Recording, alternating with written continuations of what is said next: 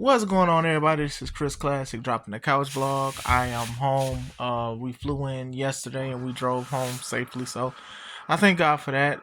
During this heartbreaking time, I'm still going to continue to do things. So, like I said, nobody tells you today. Remember that God loves you, Christ loves you, and I love you as well. You know, a lot of things going on with my family, so I ask that you guys, pray for me just as I will pray for y'all. I also want to say subscribe to this channel, the Taking On Podcast, where I talk about professional wrestling topics, and also subscribe to C3 Ultimate Wrestling, as everything that is happening now with me, I'm just continuing to fight for C3 Ultimate Wrestling, and July 6th is our next show, only a couple weeks away, called Red Fighting Blues. Shout out to Yella for the Fight Center and everything that's going on. Surprised that it got approved by the you-know-who. Shout out to DJ Dose for the music and trying to do everything. So like I said, our team, my wife as well, obviously, first and foremost, trying to do everything right. But July 6th, get your tickets. Tickets are on sale on Eventbrite. Currently, they're $5 off online, so get those tickets now. But you can't get them at the door.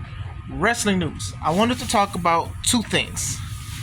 The first thing is the Hurt Business. So a lot of people have been talking about bringing back the Hurt Business since it was broken up by Vincent Kennedy McMahon. And a lot of people are like, oh, well, rejoice, because Triple H is going to bring back the Hurt Business. So now they're saying that, like, last year it was a thought to bring them back, and when it was brought up to Triple H said no, and basically had no plans for him. So a lot of people are upset. There's a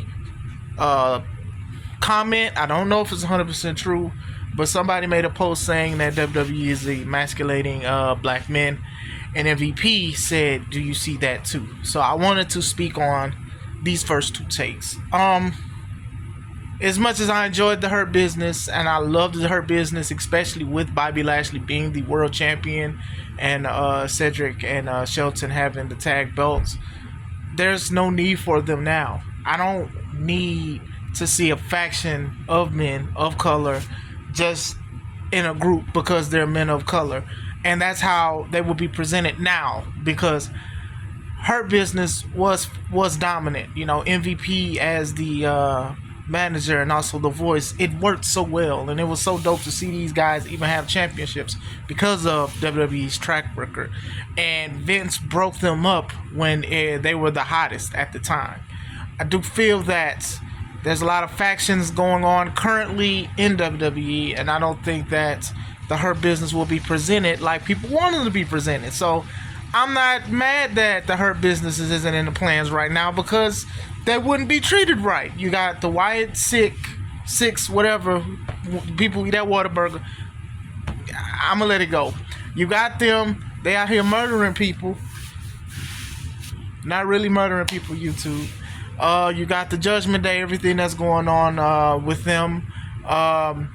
Alpha Academy is about to break up soon, but still, like, what are you going to have these guys do? Like, what are they going to do? How are they going to fight? Like, what are they fighting for? Are they fighting for the titles or anything like that? And then on top of that, you have the Pride, which is Bobby Lashley and the Street Profits, and they just been getting fed to the New Bloodline, and that's a faction in itself too. So it's just, they just had a new member with Jacob Fatu, which we'll talk about in a few minutes. But still, I don't think there's a place for them, and history has shown that a black faction will not be deemed as dominant as other factions. And I'm not even saying this on a race thing, but it is.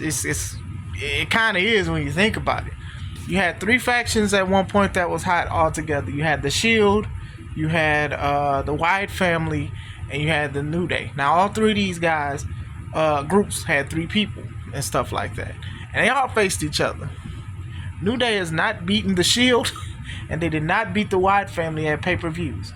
The Wyatt family has beaten the Shield before, but still, that kind of goes to the point that when they did do these trios matches, the New Day did not seem very dominant in it. And obviously, New Day is in history for tag teams and things like that. And they've had great matches, especially with the Usos and even other tags and makeshift tag teams as well. They have. But they have never been like the top trio team. You gave it to the Shield, and I understand why you give it to the Shield. And then they lost to the Wyatt family, and I see that one too in a way. So it's like, but still, why just have them there when Bobby is doing nothing with the Street Profits now? And I made a video about 2 years ago when there was a picture of MVP, I believe it was Carmelo, it was Omos, it was a lot of people, and then people was like, they need to do another Hurt Business, and I was like, they don't need to do another Hurt Business. You know, then eventually we're going to be upset because why are all the black people together? Why do all the black people have to be together? They don't have to be together and stuff like that. As far as emasculating black men, like, look, man, it's not a black owned company, so of course some people is just gonna side out a product forever. So it's not a black owned product, it's not a black owned business, so you know there's gonna be a side eye for it. I mean, Hayes is up and down, but to be honest, at this point it's on Hayes at this point, because Hayes promos, he's been choppy, a little sloppy with them.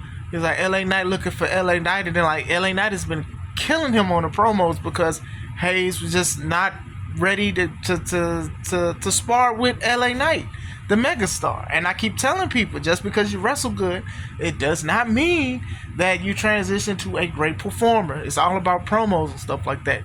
Trick, he's kind of in the same boat, but I think Trick has more charisma, and I think that Trick needs to update a little bit his moveset. He needs to tweak it a little bit. I don't like his trick shot finisher, but going back into Carmelo and stuff like that, and then even with the Pride, which is the Street Profits and Bobby, I don't know what's going on, what they were doing. They were feuding with the Final Testament, but the Final Testament, they're in and out and stuff like that. You know, R-Truth is a tag champ with the Miz and stuff, and you know, people are already complaining about that already. So, you know, it is what it is. My thing is this: sometimes it's not even about the color. Sometimes it's about placement, and it's also about timing and stuff like that. Bianca Belair will always be a great example to me about timing, somebody that deserves it, or somebody who is representing the company well. Excuse me. So I do think that she does a great job with that. So I don't be like, oh, well, they just pushed her because she's black. And if they do, they hide it very well, because Bianca can actually wrestle. She can actually do a lot of things. She can cut it on the microphone. She can do things. A lot of people love her. A lot of people support her. Even people who don't watch wrestling know who Bianca Belair is. So I'll say that. And I know people are like, well, what about having more people? Sure, I'm more than happy to see more people. You know, people like Jade and stuff like that. Well, some of y'all don't like Jade and want her to mess up and hurt herself and hurt other people. But still, you know, she's not above the criticism. She got the smoke a couple days ago. So she got the smoke Thursday, actually, 2 days. So still.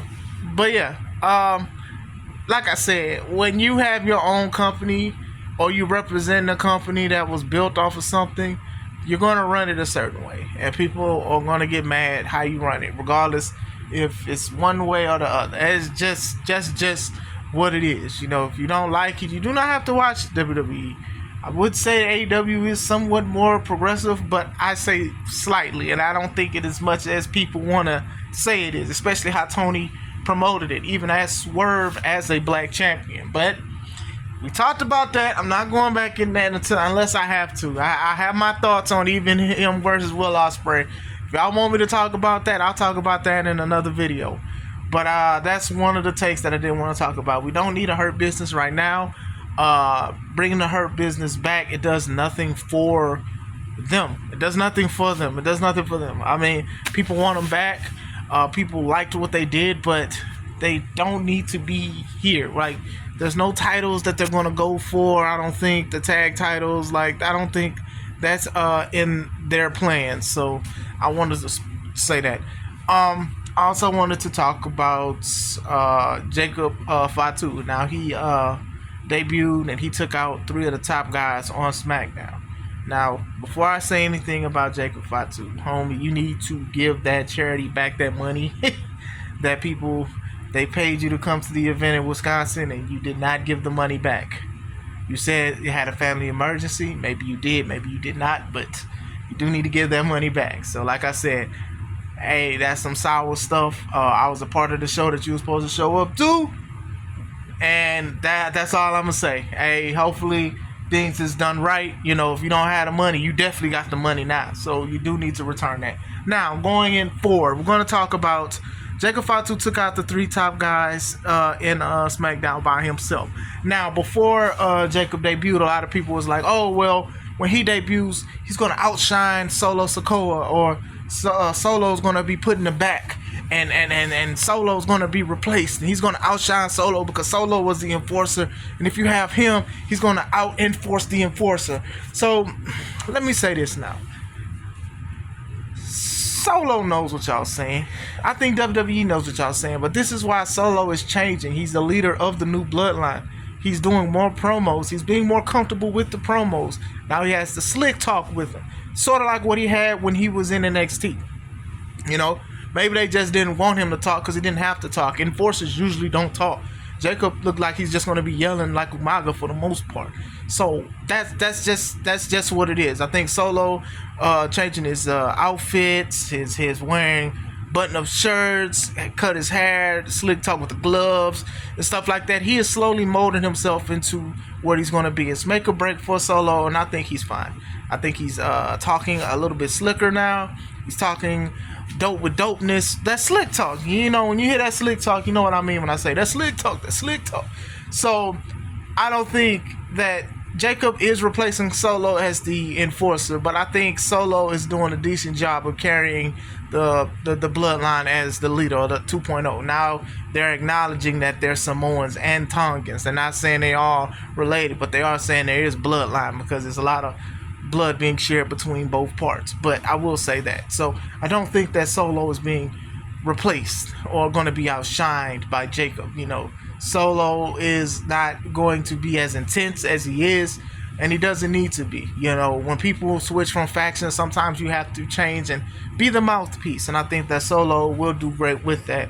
Randy Orton is a good example. When Randy Orton was with Evolution, it was Triple H, it was Ric Flair, it was Batista, and it was Randy Orton. Triple H was the mouthpiece for the most part, and then Rick would get on the mic from time to time, and Randy would say stuff, whatever like that. Fast forward, when he left the group or was kicked out of the group, he was with the Legacy, which was basically the second generations with Cody Rhodes and Ted DiBiase Jr. And Randy was the mouthpiece, and he did great. I mean, Randy was great on the microphone when he was the Legend Killer or the Apex Predator and stuff like that. He improved. Even when he came back, when they was talking about Mommy's home, we'll tell her Daddy's back. Like, you know, this happens. These kind of things happen. The Legacy tried to have like an enforcer. It didn't work between Sim Snuka and Samu. Unfortunately, I think the Legacy could have did a little bit more of what they had, but they didn't. But going back into it, yeah. So I do think that Solo will be okay. Like, I don't think they're going to try to out-monster each other or whatever like that, because they do need a mouthpiece. Now, I'm not familiar with the Tongans, how they speak and stuff like that, but a lot of people said Tama Tonga's pretty good on the microphone. He's very entertaining. Now, Tongaloa, I've seen some of his stuff, other spots, and it's okay, you get what I'm saying? But I think Solo will do good, and I think he will progress. But let me know, what do you guys think? Do you want the Hurt Business to come back? What do you think of Solo? What do you think of Jacob? Jacob, man, do what you got. Do the right thing. You think he's going to replace Solo? He's going to outshine Solo? Or Solo is just progressing into the mouthpiece and the possible centerfold of the future for the Samoan bloodline? Let me know. I hope you guys are having a wonderful day. This is Chris Classic. Just take it home.